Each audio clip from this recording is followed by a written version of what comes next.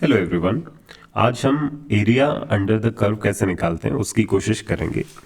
जब भी किसी कर्व के अंडर एरिया निकालना होता है उसमें आप तीन सिचुएशंस में हो सकते हो। कैसे सिचुएशंस कि जो भी कर्व दिया गया है या कोई फंक्शन दिया गया है जिसका एरिया निकालना है, एक सिचुएशन हो सकती है कि वो जो फंक्शन है वो वेल नोन फंक्शन है। वेल नोन फंक्शंस में कौन से फंक्शंस आते हैं? ट्रिग्नोमेट्रिक फंक्शंस आ गए, e raise to power x आ गया, मोड एक्स आ गया, फ्रैक्शनल पार्ट ऑफ एक्स आ गया, इंटीजर पार्ट ऑफ एक्स आ गया। इस तरीके के जो फंक्शंस हैं ये वेल नोन फंक्शंस हैं जिनको आप बाय हार्ट जानते हो कि ये कर्व कैसा बनता है। उनके लिए सीधा सा तरीका है एरिया निकालने का कि आप उस कर्व को ड्रॉ करो f x into d x A से बी तक। अगर आपको फंक्शन को ड्रॉ करना आता है तो आप उस फंक्शन को ड्रॉ करोगे। जैसे कि ये फंक्शन मैंने ड्रॉ कर दिया, लेटर से कोई फंक्शन है एफ एक्स और आपको x is equal to a से x is equal to b तक का एरिया निकालना है, तो इस तरीके से आप एरिया निकाल सकते हो। एक बात का ध्यान रखना है, एरिया x एक्सिस से ऊपर होगा तो पॉजिटिव कहलाएगा, x एक्सिस से नीचे जाएगा तो नेगेटिव कहलाएगा। छोटी वैल्यू से बड़ी वैल्यू की तरफ एरिया निकालोगे पॉजिटिव निकलेगा, बड़ी वैल्यू से छोटी वैल्यू की तरफ एरिया निकालोगे एरिया नेगेटिव निकलेगा। इन बातों का हमें ध्यान रखना है। ये सबसे कॉमन तरीके। या फिर इसमें इक्वेशंस में आ जाते हैं, कोनिक इक्वेशंस भी आ जाती हैं। Y square is equal to 4ax, x square plus y square is equal to let us say 100, x square by 16 minus y square by 9 is equal to 1। तो इसमें हाइपरबोला, पैराबोला, एलिप्स जैसे curve भी आ सकते हैं जो हम 11th class में वेल नोन कर्व्स होते हैं जिनका यूज करके हम इंटीग्रेट करके एरिया निकाल सकते हैं। दूसरा, फंक्शन तो वेल नोन है बट उसमें स्लाइट चेंजेस हैं। स्लाइट चेंजेस कैसे चेंजेस कि जैसे मुझे y square is equal to 16x का कर्व बनाना आता है, पर इक्वेशन में दिया हुआ है y माइनस 2 का square is equal to 16x minus let us say 4 की इक्वेशन देखी देखी तो लग रही y square is equal to 16x जैसी, पर उसमें y की जगह और कुछ लिखा हुआ है और x की जगह और कुछ लिखा हुआ है। इसी तरीके से अगर ऐसा इक्वेशन दी हो x minus 2 greatest integer x, इसका मुझे कर्व बनाना हो, तो ये जो स्लाइड चेंजेस वाले कर्व हैं कि कर्व तो वेल नोन है पर उसमें जो चेंजेस हैं वो हल्के फुल्के चेंजेस किए गए। वो जो हल्के फुल्के चेंजेस हैं उनको हम डील करते हैं कर्व के ट्रांसफॉर्मेशन वाले रूल से। ट्रांसफॉर्मेशन रूल से क्या रूल्स हैं ट्रांसफॉर्मेशन के?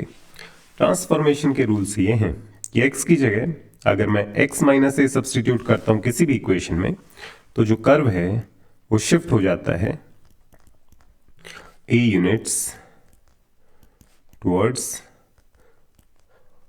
Positive x axis. अगर मैं x में सब्ट्रैक्ट करता हूं तो पॉजिटिव x एक्सिस की तरफ शिफ्ट होगा। अगर x में x प्लस a लिखता हूं तो curve shifts a units towards negative x axis. इस बार वो नेगेटिव x एक्सिस की तरफ शिफ्ट हो जाते हैं। अगर y की जगह मैं y माइनस a सब्सटीट्यूट करता हूं तो जो कर्व है curve shifts a units towards positive y axis.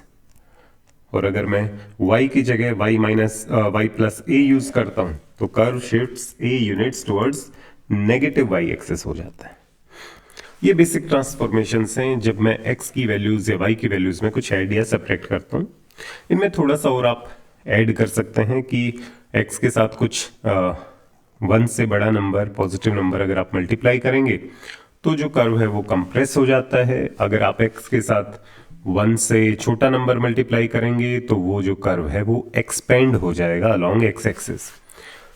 इसके अलावा अगर आप किसी कर्व को fx को अगर आप नेगेटिव से मल्टीप्लाई कर देते हैं तो ये जो कर्व है इसकी मिरर इमेज बन जाती है। Mirror image in x axis कि x एक्सिस को एज अ मिरर यूज करेंगे तो माइनस एफ एक्स का कर्व बन जाएगा। इसी तरीके से अगर आपको एफ एक्स का कर्व दिया हुआ है और एफ ऑफ माइनस एक्स का कर्व आपको ड्रॉ करना है तो x की जगह माइनस एक्स रिप्लेस करेंगे तो मिरर इमेज बन जाएगी mirror image in y axis.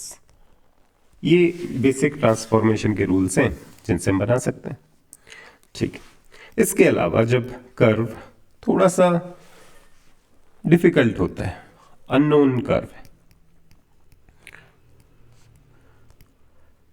अगर अननोन कर्व्स हैं तो उनको डील करने का तरीका थोड़ा सा अलग है। उसके बारे में हमें कोई बेसिक जानकारी नहीं है कि वो किस शेप का दिखता है कर्व, तो उसके लिए हम कई तरीके अपनाते हैं उसकी शेप के बारे में आइडिया लेने के लिए। जैसे कि सबसे पहले हम चेक करते हैं कि वो कर्व सिमेट्रिक है कि नहीं।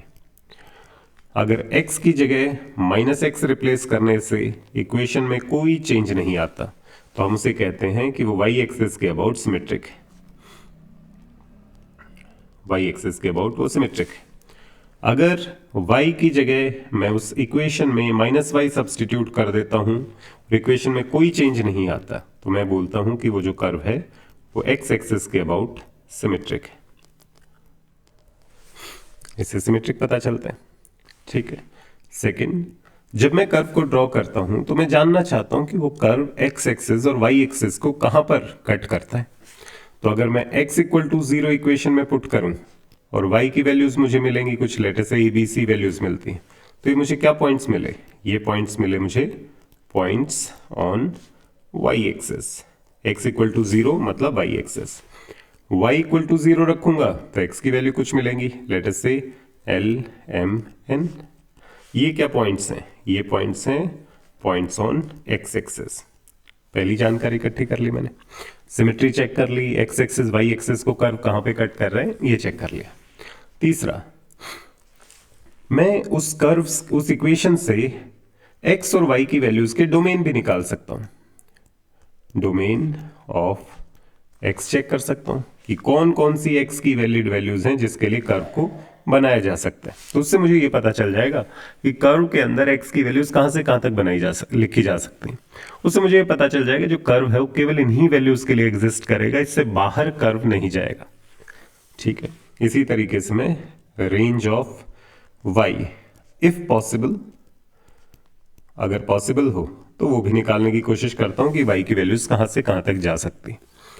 ठीक है, उसके बाद मुझे आइडिया लगा है कि कर्व सिमेट्रिक कैसा है, सिमेट्रिक है कि नहीं है, x एक्सिस y एक्सिस को कहां पर कट करता है, और मुझे ये पता चल रहा है हल्का फुल्का इफ पॉसिबल कि x की वैल्यूज यहां से यहां तक हो सकती हैं, y की वैल्यूज यहां से यहां तक हो सकती हैं। तो कर्व को मैंने रिस्ट्रिक्ट कर दिया कि ठीक है यहां तक होना चाहिए।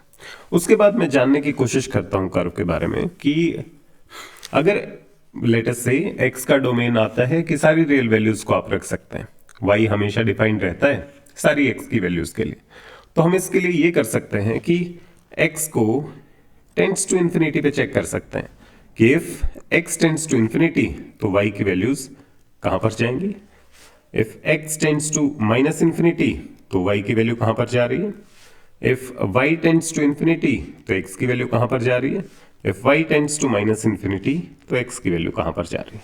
इससे मुझे कर्व के बारे में पता चलता है कि कर्व जब इनफाइनाइट की तरफ जा रहा है तो वो जो कर्व है वो कैसी शेप बनाता है, क्या वो हॉरिजॉन्टल होना शुरू हो जाता है, क्या वो वर्टिकल होना शुरू हो जाता है, एक्सेट्रा एक्सेट्रा। ठीक है, तो इसका जब यूज करेंगे तो हम लिमिट्स से चेक कर सकते हैं कि वो जो कर्व है उसकी कैसी शेप होनी चाहिए जब x टेंड्स टू इंफिनिटी हो, y टेंड्स टू इंफिनिटी हो, एक्सेट्रा। फिफ्थ चेक कर सकते हैं कि फंक्शन इंक्रीजिंग है या डिक्रीजिंग है, इंक्रीजिंग और डिक्रीजिंग। फंक्शन इंक्रीजिंग है या डिक्रीजिंग कैसे? Bye checking F dash x को चेक करेंगे, एफ डैश एक्स से ये पता चल सकता है ये फंक्शन इंक्रीजिंग है या डिक्रीजिंग।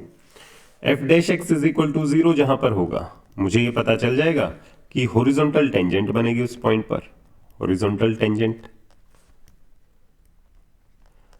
जहां पर F dash x not defined आएगा, जहां पर F dash x not defined आएगा वहां पर मुझे पता चल जाएगा कि जो कर्व है वहां पर वर्टिकल टेंजेंट बना रहा है, वर्टिकल टेंजेंट।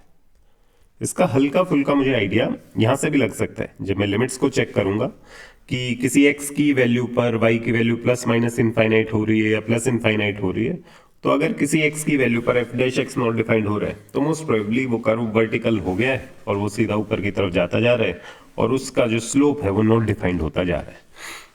तो ये कुछ तरीके हैं जिनसे हम अननोन कर्व्स के बारे में जानकारी इकट्ठा करते हैं।